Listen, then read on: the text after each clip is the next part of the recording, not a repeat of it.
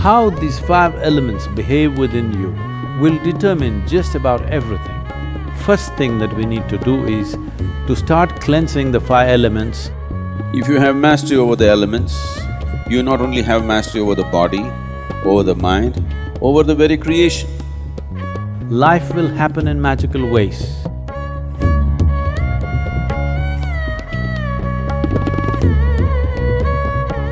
This body, this very earth, the universe and the cosmos, all are just a play of five elements.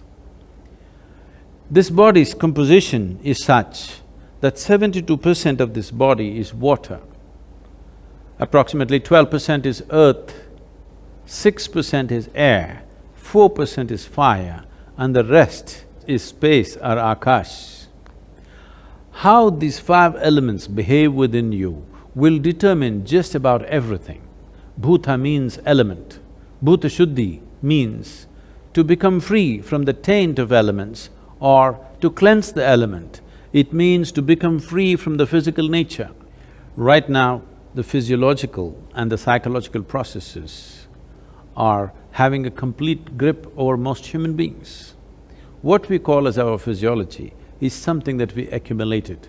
What we call as our psychological process, the whole content for this is also accumulated in the form of impressions. Between these two, who you are or existentially what is the nature of your being is completely missed. If one wants to access dimensions which are not yet in your experience, first thing that we need to do is to start cleansing the five elements so that in the purity of the elements, you distinctly know the difference between what is physical, what is psychological and what is existential.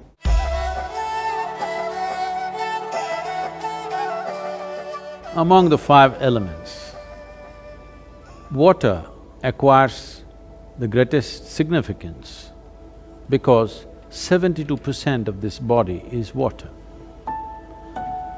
If we take sufficient care about the water that we consume, not just in terms of its purity, it being bacteria-free and those kind of things, but the way the water is kept, in what kind of container you keep it, how you keep it, how you touch it, how you approach it. Because there is substantial scientific evidence today to show you that a thought, an emotion, a touch, these things can change the molecular structure of the water and can greatly alter the way water behaves within your system. So, one needs to understand, you are not dealing with a commodity, you are dealing with life-making material. Water is life. If you keep the water in a container which is metallic, preferably copper or an alloy of copper, and if you wash it with an organic substance and keep the water in a place where it is not touched by other smells and other substances, there is sufficient space around it, and when you approach it, if you can just hold this vessel with your hands with a certain sense of gratitude and reverence, because this is life-making material, and then consume it, you will see it will do wonders within your system. Healthfulness and equanimity will be a natural consequence of this.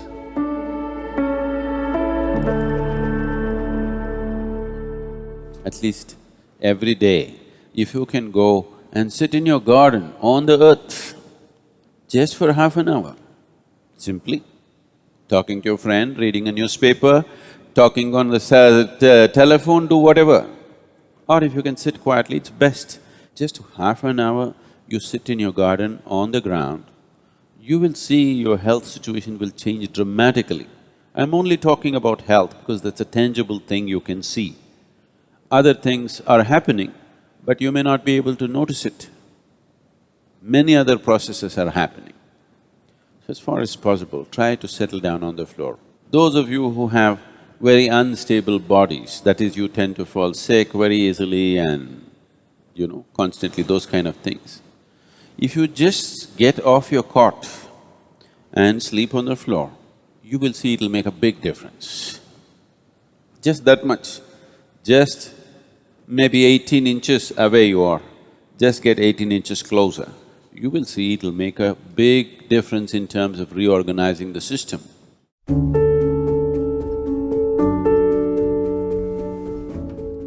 Though air represents only 6% of your body's elemental constitution, it is the most dynamic part of the element in terms of the transaction that happens on a minute-to-minute basis.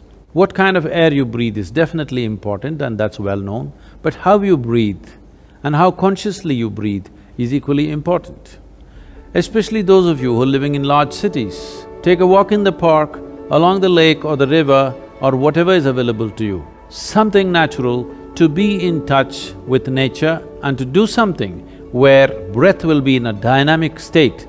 This is not just for aerobic exercise, because constant exchange of air is happening from within and without, and the very intelligence in the body will take care of this, that when it senses the air is pure and alive, the way the body breathes is different. So if you remain in pure air, it's important that you bring breath to a dynamic state with a certain activity. You don't have to do too vigorous an activity, just enough to see that you're breathing deep enough. Slightly deeper than normal is happening to you for a period of time, but on a daily basis, if you're not able to take yourself out within the house, you can do a simple yogic practice called Nadi Shuddhi to cleanse the breath.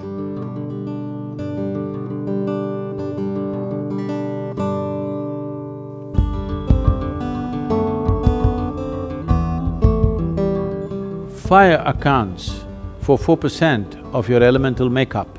If you wish to use fire, you can light a fire with an organic substance like straw or firewood without any oil and stand facing the fire with your hands open and keep your eyes open for 3 minutes, then stand with your back to it, exposing your spine for 3 minutes. This will cleanse your aura and bring about a new sense of resurgence in the system. This is to rekindle and reconnect the fire within with the fires outside.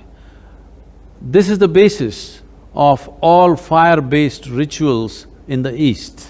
If having a fire is not very practical for you, at least a lamp with vegetable oils or ghee, you light a lamp and be around this lamp, first face the lamp and sit, and then turn around and sit, so that the fire element within you gets rekindled.